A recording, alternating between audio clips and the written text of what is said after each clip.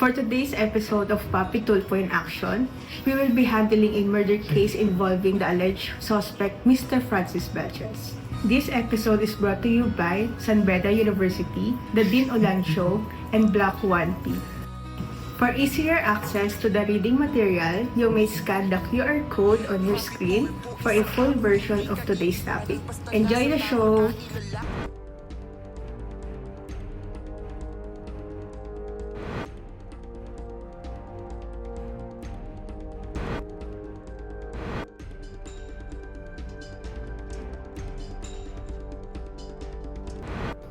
Magandang araw po sa ating lahat. Magandang araw, Idol Papi.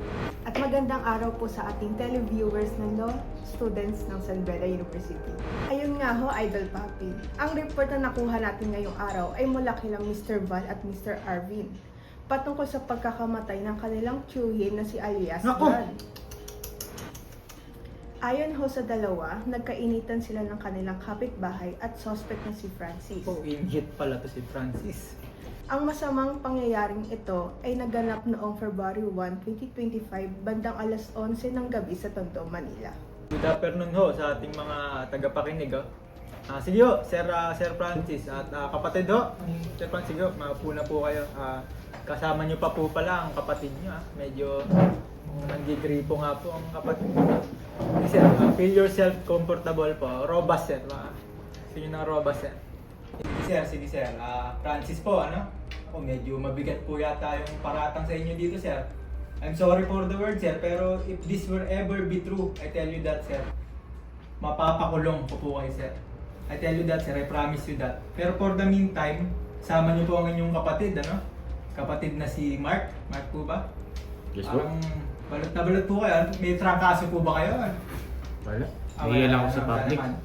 Ang pag-usapan naman po natin ayon po sa report dito, tungkol po dito ay meron po tayong positive identification sa pagkamatay po kay alias John.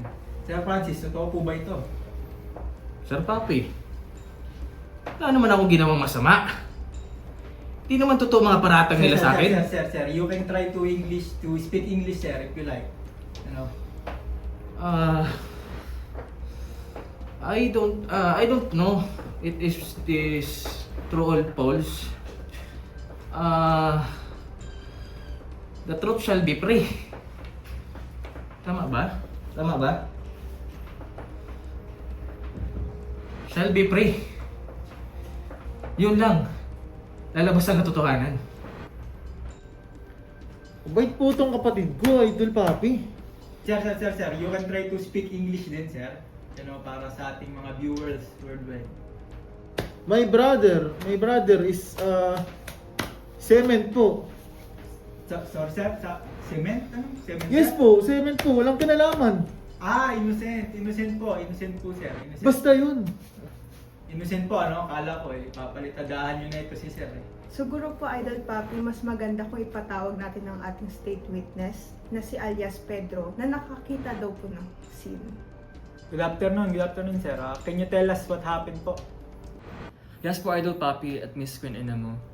Bandang alas 11 po nung lumapit po si Francis kay alias John. Kita naman po sa CCTV yung karumal-dumal na pinagagawa nila. Nakarinig po kami ng malalakas na sigaw mula sa bahay nila John pagkatapos magkagulo na lang po sa barangay. Dapat po sa mga taong tulad niyan ay pinapakulong. Oo. Nabad trip ako sa hayop na yun. Pero di ko naman siya pinatay eh. Sinaksak ko lang naman siya. Saka ako umalis. Saka grabe tong witness nyo. Ano ipakulong? Sa anong batas? Ang dami nyong pausong batas. Sino bang gumawa niyan? Oh wait, ano nga ba ang layunin ng ating mga batas at ano nga ba ang masasabi ni John Austin patungkol dito? John Austin explains that the law is the command of a sovereign backed by a sanction, sometimes referred to as a command theory. The primary goal of Austin is to distinguish law as issued by a determined authority from a moral codes or customary rules which he termed as positive morality or improper law. Under John Austin's theory, there are three essential elements under these terms. 1. Command, sovereign, and sanction. Firstly, on command or law. This is a directive or order from a higher authority or a subordinate. Secondly, on sovereignty. The ultimate authority in a society who habitually receives obedience from the bulk of the population. And lastly, sanction. Similar to the law under the revised penal code, any disobedience from the law would result in a threat or penalty for non-compliance. Austin also distinguishes laws into two categories, proper and improper law. Firstly, proper law. This refers to the command by God or a divine law by the sovereign or the state. Secondly, improper law. This refers to the rules lacking a sovereign command like international law, customary norms, social conventions, and Austin calls this as positive morality.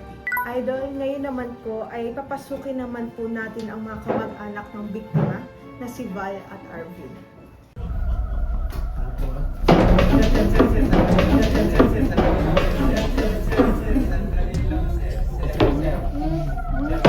Maling programa po yan tayo. Sir, maling programa yan. Face to face yan, sir. Sa kabila yun eh. Sorry Idol, Miss Queenie. Sana mabigyan yung hustisya yung pagkamatay ng kamag-anak namin. Oo nga po, Papi Idol. Dapat sa mga taong katulad na itong mga to, ipakulong habang buhay, idedemanda ka namin sa pulis. According to John Austin, there are three practical applications of its theory. First, we have criminal law and enforcement. We apply the command theory wherein the law enforcement agencies enact these laws by having the principle that disobeying the law from the state will lead to punishment or sanction. For example, murder. As defined under the Revised Penal Code of the Philippines, it is the unlawful killing of a person, wherein there is a punishment or penalties as reclusion perpetua. So in applying the command theory in criminal law and enforcement, once a person murdered someone, he or she will be punished by the law. Second, military law. In a military settings, laws and regulations serve as direct orders from authorities. Therefore, strict compliance is required. Third, authoritarian and centralized governments. The command theory of John Austin reflects on these kinds of governments since there is a sovereign power that makes them superior. And when they enforce a law, a person is compelled to act in accordance with the law as they have the power to sanction them. The advantages of John Austin's command theory of law. First, it has a clear definition of law. As what John Austin stated, anything that is not a command is not a law. Second, it emphasizes authority and enforcement since it includes the probability that the sanction will follow when there is a failure to obey the command. Third, it encourages obedience and compliance. Since there is a sanction upon non-compliance with the law, people have the obligation to obey the law. Lastly, it provides a clear hierarchy since it has a legal system of sovereign power and its chain of commands. O teka lang naman. Naintindihan naman namin yung panig nyo. Pero sana naman, pakinggan nyo rin yung panig namin. Now, this is my side. Stop, look, listen, and learn. Ha? Saka, hindi ba wala namang absolute right ayon sa batas? Ha? Ay sir, grabe naman po yung paniningil nyo kasi sir. 10 times nyo ba naman sinaksak sir eh. Ginawa nyo naman bond paper ito eh. Pinagbubutasan nyo na parang puncher eh. For the limitation of John Austin's command theory of law, Austin believes that laws are simple commands from the government that people must follow. However, it overlooks the facts that laws are coming from long-standing customs, traditions, and past court decisions, which also plays a bigger role in making laws fair and legitimate. Moral law influences human behavior through reasons and conscience rather than being by force. Unlike human laws, which are enforced with punishment, moral laws exist on a higher ideal level. In the context of international law, Austin considers it as a set of guidelines or shared beliefs between countries without a higher authority. To summarize everything, Austin's idea was later improved by other thinkers, namely Salmon, which argues that laws aren't just a command from a ruler but are actually rules accepted and enforced by courts. For Gray, had a similar view that laws are created by judges and judicial authorities. Lastly, Holland, which still believes that the ideas of laws are commands, but thought of them as a general rules enforced by a higher authority. Okay, sige. Siguro po, mas maganda mag-usap na lang po muna ang dalawang panig para malaman ang pinanggagalingan ng bawat isa.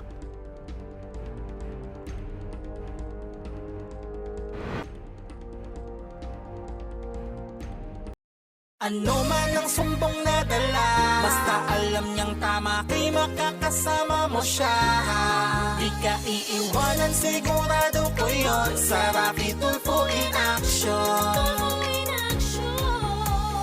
Ayaw sa naging dahilan kung bakit ako'y nandito. Hanggat merong inaapi ay merong Rafi Tulfo. Walang iwanan, asahan nyo yan, di ko kayo bibiguin. Mga kababayan, ako po si Milton, ang inyong co-correspondent, at ngayon naman ay mapapakinggan natin ang panig ng mga suspect na si Francis at si Mark.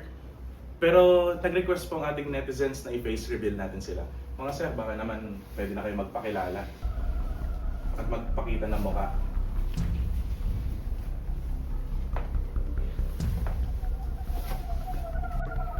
So ngayon po maririnig natin ang panig ni Mark, ang kapatid ng suspect. Ang sa amin lang naman, naintindihan naman namin kung ano yung panig ng kabila. Kaya lang, hindi naman tama na marahas ang batas laban sa amin. At ikaw naman ang suspect, si Francis. Ayun nga po, Sir Milton. Kung batas lang pala ang labanan, edi sana meron din kaming depensa. Hart argued that Austin's theory was overly simplistic and failed to capture the complexity of modern legal systems. He raised three main criticisms. First, the problem of continuity of law. Austin's theory assumes that laws come from a sovereign whose commands must be obeyed. However, what happens when a ruler changes? Laws continue to exist even when a specific sovereign is replaced. Hart countered that laws are not merely orders from a ruler, but are sustained by a system of rules that function even without a single absolute sovereign. Second, the failure to distinguish between legal and moral obligations. Austin saw legal rules as commands backed by threats, implying that people follow laws only out of fear of punishment. Hart argued that this ignores the internal perspective of legal rules, where people follow laws not just because of threats, but because they recognize them as standards that ought to be followed. And lastly, the inadequacy of command theory in explaining complex legal systems. Austin's model works well for a dictatorship, but struggles to explain democratic and constitutional governments where laws are created through legislative procedures rather than personal commands. Hart introduced the distinction between primary rules, which impose duties, and secondary rules, which define how laws are made, interpreted, and enforced, something Austin's theory lacks. Sir, anong hinaing mo? Amin naman po ako, sir. Kaya ko lang naman po yung nagawa ay dahil hindi sila nagbayad ng utang sa akin. Ilang buwan at taon na yun, due and demandable na. Kagaya ng sinabi ng hinahanga akong professor sa oblicon o obligational contracts na si Dinulan, this is a clear manifestation of mora solvende o delay on the part of the debtor. Ikaw naman Sir Mark, anong hinaing mo? Ayun nga po, sir. Kailangan niya po gawin yun in accordance to the WAGPOAP. Willing naman po kami dumaan sa tamang proseso sa korte. Ang sa amin lang po, sana makilala ang karapatan namin na nakalagay sa konstitusyon. Sir, can you clarify kung anong duwag po para sa mga netizens natin? The WAGPOAP, diligence of a good father of a family. Kay Dinulan po galing yan. So ayun na nga mga kababayan at narinig na natin ang panig ng mga suspect at willing silang ipagpatuloy ang kaso sa korte. At ito nga po kababayan, nandito tayo ngayon kina Val at Arvin para marinig naman ang panig nilang bilang kamag-anak ng yumao. Lang naman, sumunod tayo sa batas. Klaro naman bawal talaga pumatay sa utos ng Diyos at sa batas natin. Ayun nga sir, kahit pa sabihin nila na parte ng karapatan nilang maningil ng utang, sana naman hindi nila ito gawin sa marahas na pararaan. Hart's theory of legal positivism means that the laws are rules created by human thought establish social practices. And whether a rule is considered a law is determined by its source, like legislation or judicial decisions. and not by whether it aligned with moral principles. Essentially, a law can valid even if it is considered morally wrong, as long as it is properly made according to the legal system's rules. These include regulations for proper running of society. According to Hart, primary rules are basic rules that direct imposed duties on citizens. For example, in the Philippines, examples of primary rules could include prohibition against murder under the revised penal code, the requirement to pay taxes as stipulated in the tax code, or the law defining or penalizing act of corruption by public officials. Essentially, any rules or laws that directly tell citizens what action they must or must not take. According to Hart, these rules that if everyone didn't follow, the structure of society would likely collapse. What constitutes a crime to which people must abide to avoid its respective punishment? Such penal laws are applied in pursuit of preventing individuals from committing crimes through the imposition of various sanctions, imprisonment, or fines. Secondary rules. These rules provide the mechanisms for creating, changing, and interpreting the primary rules. They are essential for a sophisticated legal system. Hart identifies three main types of secondary rules. Number one is rule of recognition. This determines what counts as valid law.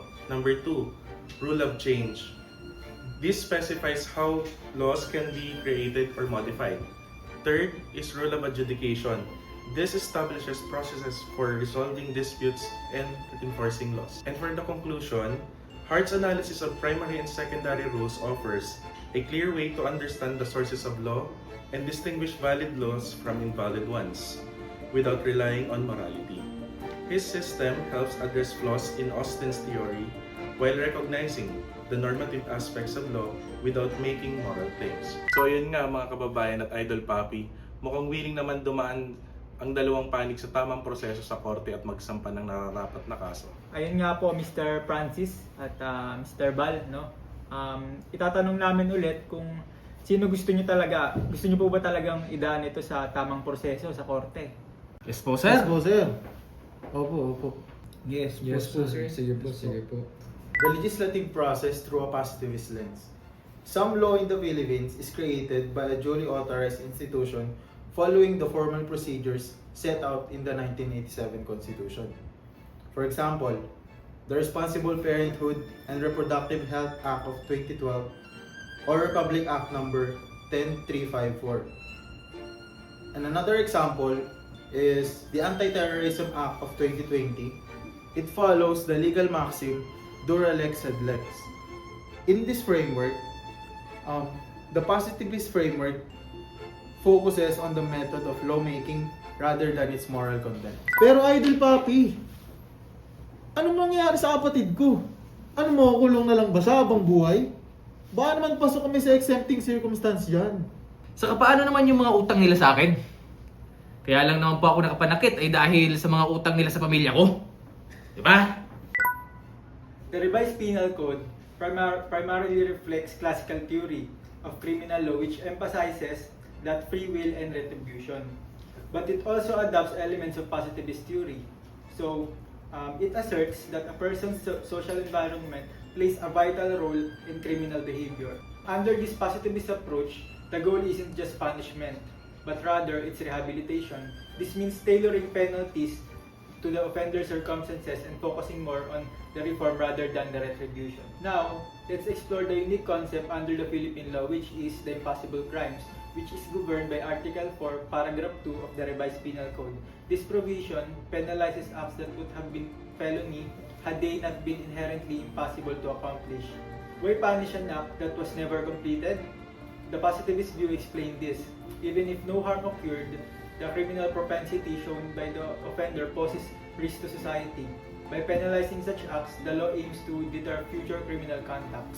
Now let's examine the case of Intod versus Court of Appeals. The Supreme Court ruled in such case that impossible crime under Article 4, Paragraph 2 emphasizes that even though no harm was inflicted, Intod's criminal intent and dangerous behavior warranted punishment. Shifting to the civil code, positivism is evident in its emphasis on legislative authority over moral considerations. The law and civil code, such as those governing contracts, property, and family relations, are treated as binding because they are formally enacted statutes. For instance, the civil code outlines the requirements for valid contracts such as consent, object, and cause, showing that legality stems from established procedures rather than subjective moral judgment. In essence, the revised penal code and civil code reflect the positivist belief that laws are socially constructed, designed to regulate behavior and protect the society, which also promotes rehabilitation. By addressing impossible crimes, mitigating circumstances, and the structure of legal obligations, Philippine law demonstrates how positivist principles shape our legal system. At ayan na nga po mga kababayan, nagkaroon na po ng kasunduan ang dalawang panig na magharap na lang po sa korte para maayos ang kanilang issue sa legal at maayos na paraan. Marami pong salamat sa ating mga taga-subaybay at sa nanood ng ating episode ngayon at abangan namin kayo sa mga susunod na pangyayari sa dalawang ito. Ano man ang sumbong na dala, basta alam niyang tama kay makakasama mo siya. Di ka iiwanan, sigurado ko yun, sa Rafi Tulfo in action. Ayaw sa naging dahilan kung bakit ako'y nandito. Hanggat merong inaapi ay merong Rafi Tulfo. Walang iwanan, asahan nyo yan, di ko kayo bibiguin.